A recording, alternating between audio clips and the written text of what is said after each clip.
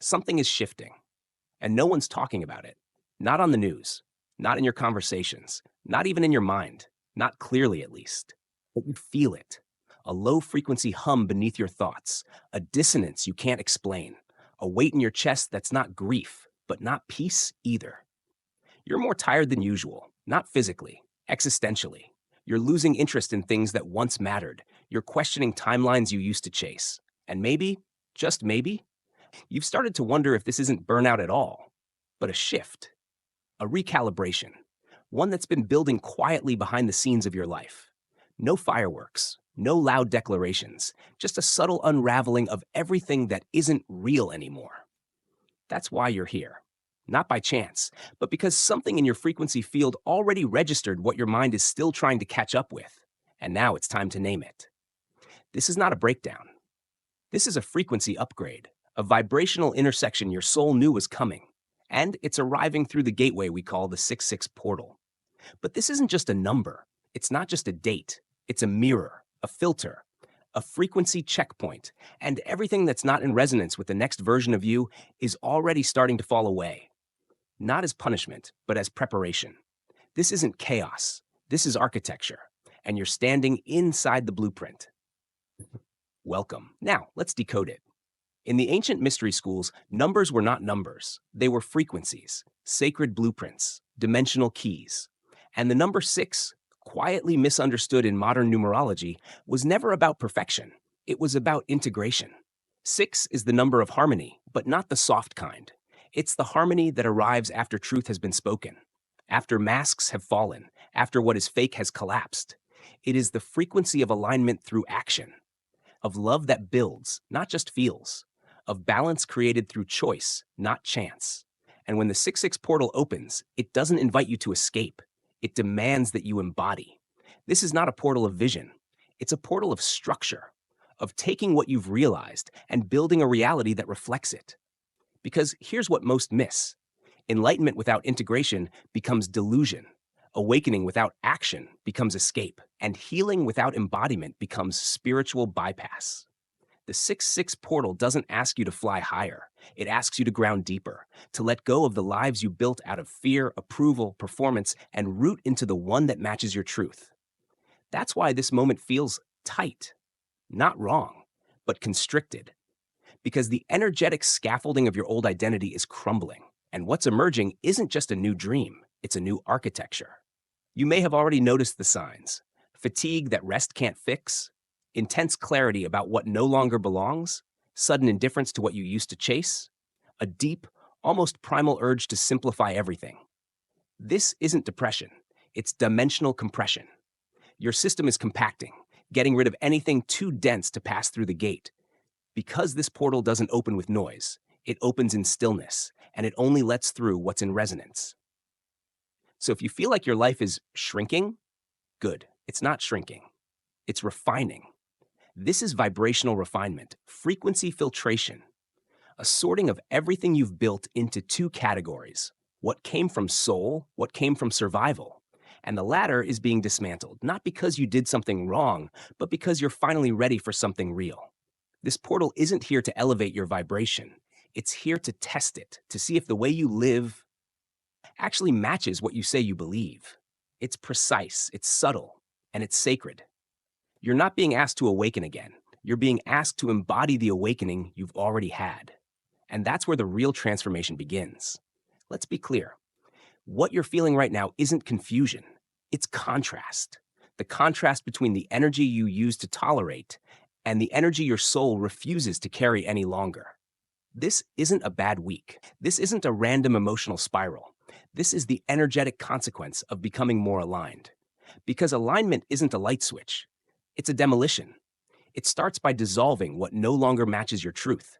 Not gently, but thoroughly. And what happens when that begins? Your nervous system gets loud. Your desires go quiet.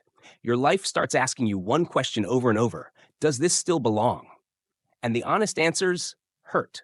You'll feel it in your routines, in conversations that suddenly feel hollow, in goals that feel like costumes, in a voice inside you that says, I can't keep pretending this fits.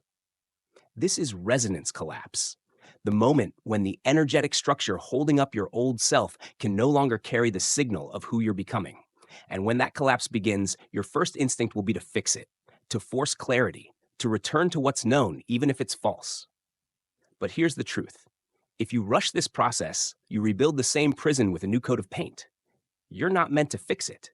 You're meant to feel it, to let the distortion unravel, to sit inside the collapse and trust that the space it leaves behind is sacred.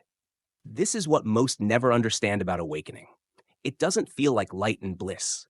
It feels like confusion, grief, and rage. Not because you're doing something wrong, but because you're finally doing something real. This portal doesn't destroy you. It removes the agreements you never consciously made. Agreements like, I'll stay quiet to be accepted.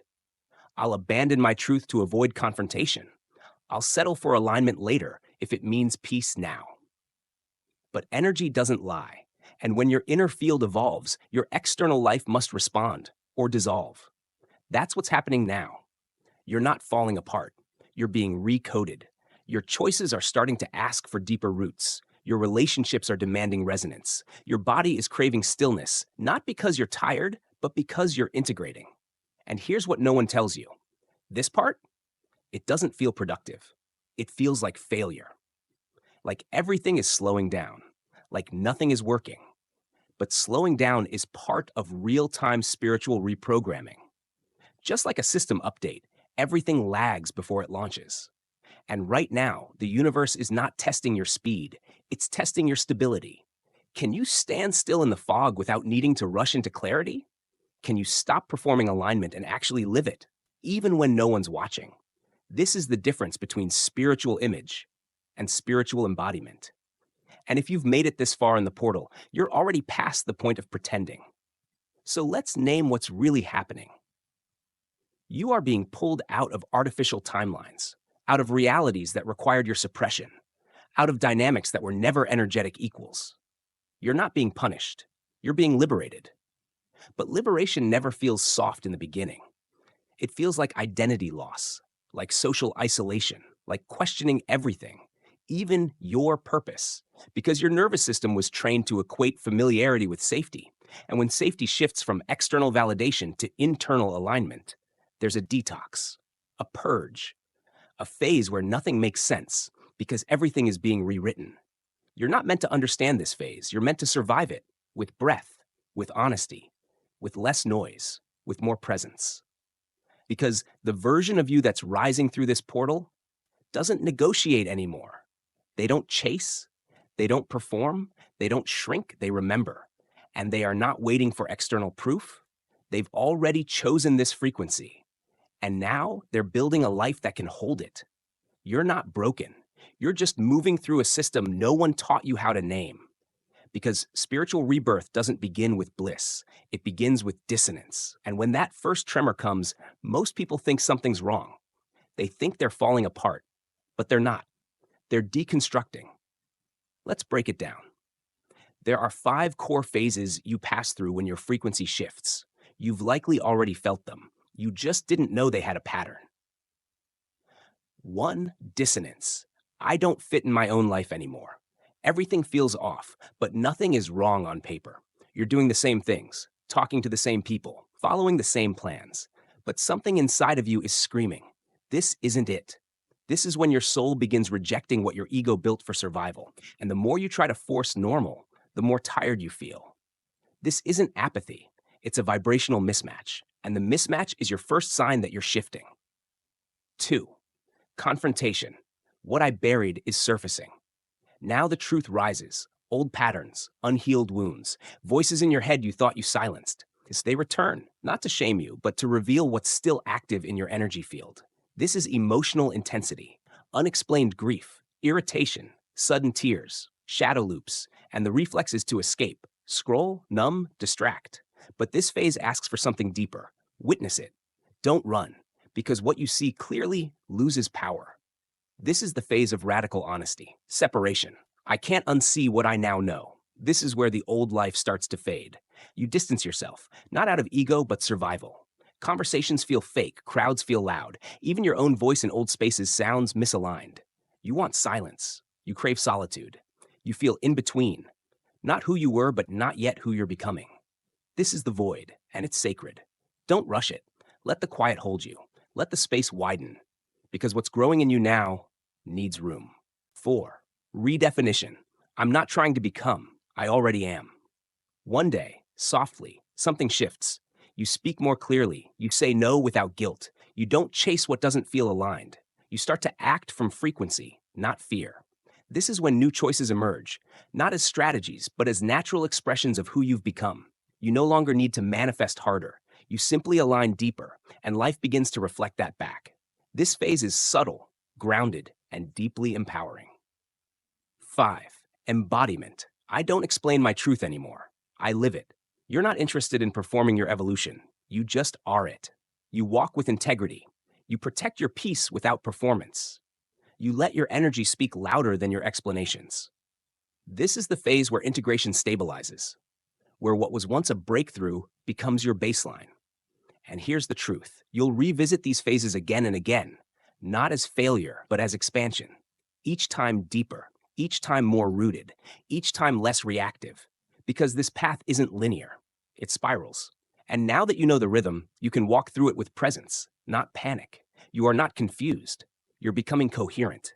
And coherence is the frequency of the new timeline.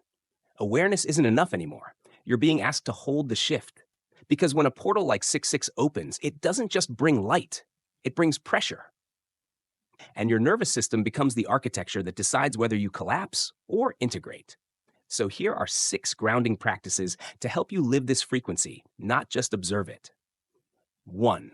Morning claiming ritual. Own your field before the world touches it.